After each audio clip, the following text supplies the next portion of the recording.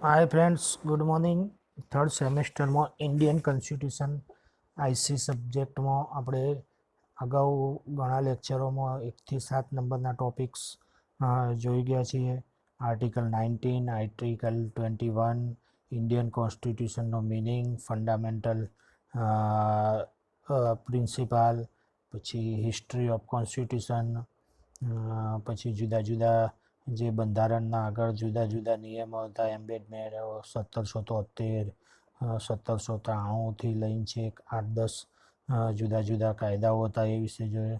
આગળ આપણે આજે જોઈશું 8મા નંબરનો topic, fundamental duty and its legal status, એટલે મૂળભૂત અધિકારો. મૂળભૂત અધિકારો શું છે, મૂળભૂત અધિકારોમાં કયા કયા આર્ટિકલ આવે છે, એ બધી ડિટેલ જોઈશું. બરાબર, આ બધું ભણતો પહેલાં આપણે જોવું પડે કે મૂળભૂત અધિકારો ક્યાંથી ઉમેરાયા, ક્યાંથી આવ્યા, કયા કયા મૂળભૂત અધિકારો છે, શું છે, જોઈશું. ઓકે, બરાબર. તો ફંડામેન્ટલ રાઇટની વાત કરીએ કે મૂળભૂત અધિકારો. મૂળ બંધારણ જે આપણું 1949માં બન્યું એ વખતે ફંડામેન્ટલ રાઇટ મૂળભૂત અધિકારો નહોતા, પણ જે 42મો સુધારો 42 એન્ડેટમેન્ટ 1976માં થયો ઇન્દિરા ગાંધી સરકાર વખતે, જેને આપણે મિની બંધારણ તરીકે પણ કહીએ છીએ, એ વખતે એમાં ઉમેરવામાં આવ્યા હતા ફંડામેન્ટલ ડ્યુટી એટલે મૂળભૂત અધિકારો. આર્ટિકલ 51માં આપણે આર્ટિકલ 51માં મૂળભૂત અધિકારો ઉમેર્યા હતા. આર્ટિકલ 51માં એથી લઈને આપણા જે 11 મૂળભૂત અધિકારો છે એ એડ કરવામાં આવ્યા. તો કયા કયા મૂળભૂત અધિકારો હતા એ જોઈશું આપણે આ ચેપ્ટરમાં. સબ ટોપિક્સમાં આપેલું છે ફંડામેન્ટલ રાઇટ્સમાં. એનું પહેલું ઇન્ટ્રોડક્શન, બીજું છે fundamental duty, legal status of fundamental duty and reference, કે ફંડામેન્ટલ ડ્યુટી આપણા મૂળભૂત અધિકારો શું છે, એનું લીગલ કાયદાકીય સ્વરૂપ શું છે, એ બધું આ ચેપ્ટરમાં આપણે જોઈશું. ઓકે, તો પહેલાં ઇન્ટ્રોડક્શનમાં જોઈએ. પહેલું છે part 4 of the constitution deal with fundamental duty. Part 4 એટલે જે બંધારણમાં જુદા જુદા ભાગ આપેલા છે. શરૂઆતમાં 9 ભાગ હતા, અત્યારે 12 ભાગ છે. તો ચોથા ભાગમાં ફંડામેન્ટલ ડ્યુટી આપેલી છે. As of now there are fundamental duty, એટલે પહેલાં 10 ફંડામેન્ટલ ડ્યુટી એટલે 10 મૂળભૂત અધિકારો હતા.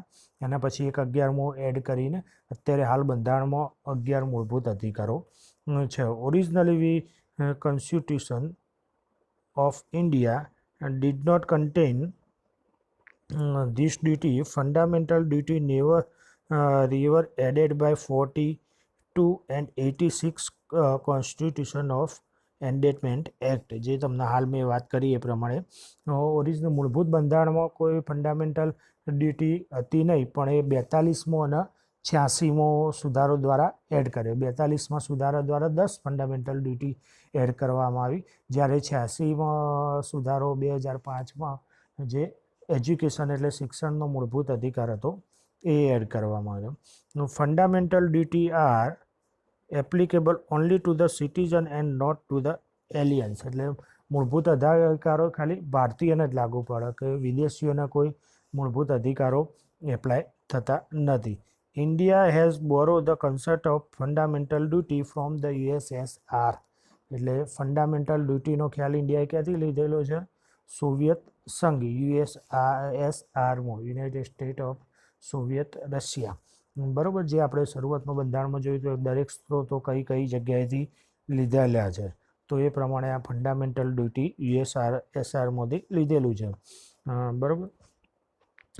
Citizen are normally obligated by the constitution to perform this duty. However, like derivative principle are unjustified without any legal sanction in case of their violation or non-compliance.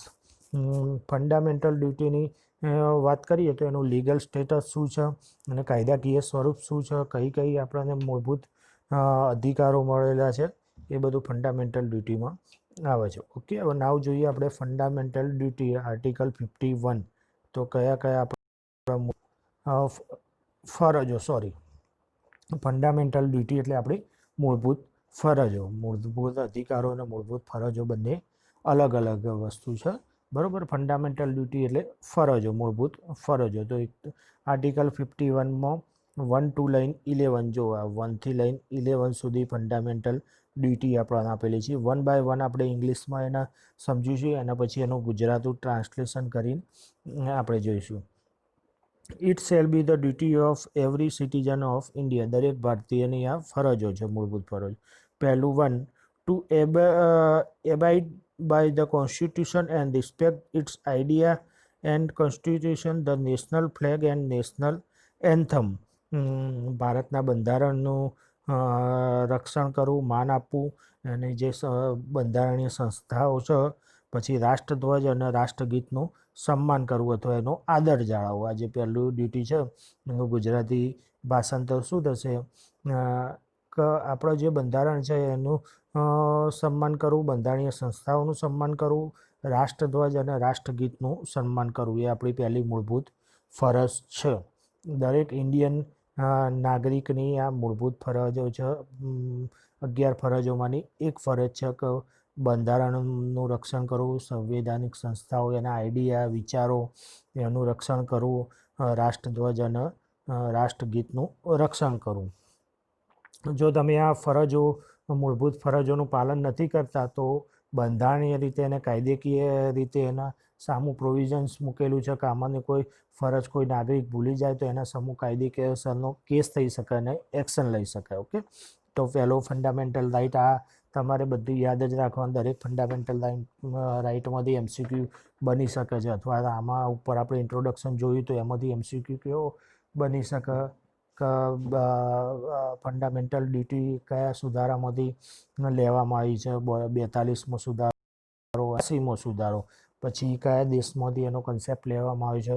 USSRનો તમને નીચે આપેલા option the concept of fundamental duty are taken from which country, તો નીચે 4 દેશના નામ લખેલા USSR, USA, Britain, Ireland. તો એમાંથી ઓપ્શન આવે. 2 ટાઈપ્સના MCQ એમાંથી બની શકે છે, અને આ ટાઈપના MCQ અત્યારે આ સબ્જેક્ટ પૂરતા નહીં, એના પછી બી કોઈ બી જગ્યાએ કામ લાગી શકે છે. ઓકે, તો આ પહેલો ફંડામેન્ટલ ડ્યુટી હતી.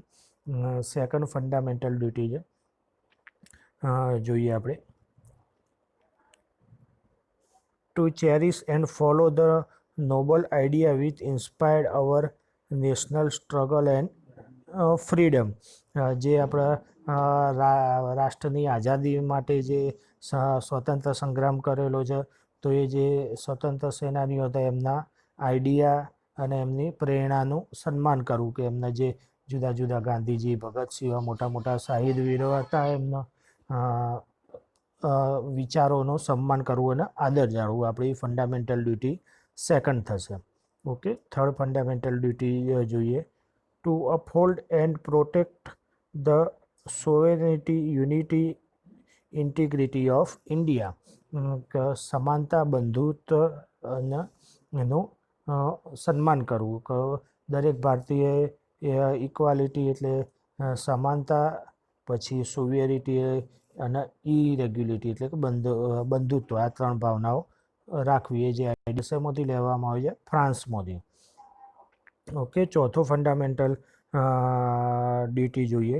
Two defend the country and render national service when call upon to do as.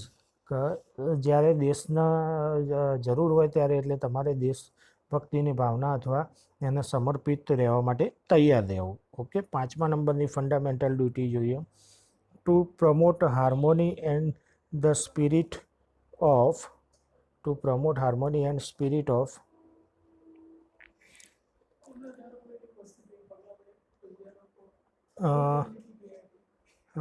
spirit of common brotherhood amongst all the people of India, transcending religious, relational or sectional diversity, to renounce practice degradity and dignity of women.